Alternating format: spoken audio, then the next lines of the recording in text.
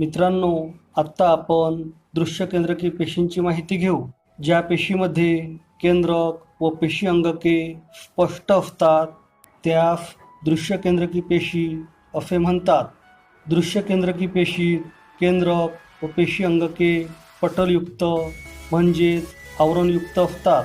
दृश्य केंद्रकी पेशीतील केंद्रक व पेशी अंगके विकसित असतात. दृश्य केंद्रकी पेशींचा आकार 10 मायक्रोमीटरपेक्षा अधिक असतो. सामान्यपणे बहुतांश दृश्य केंद्रकी पेशीय सजीव बहुपेशीय असतात. ज्या सजीवांच्या शरीरात दृश्य केंद्रकी पेशी असतात त्यांना दृश्य केंद्री असे म्हणतात. दृश्य केंद्रकी पेशीत एकापेक्षा अधिक गुणसूत्रे असतात.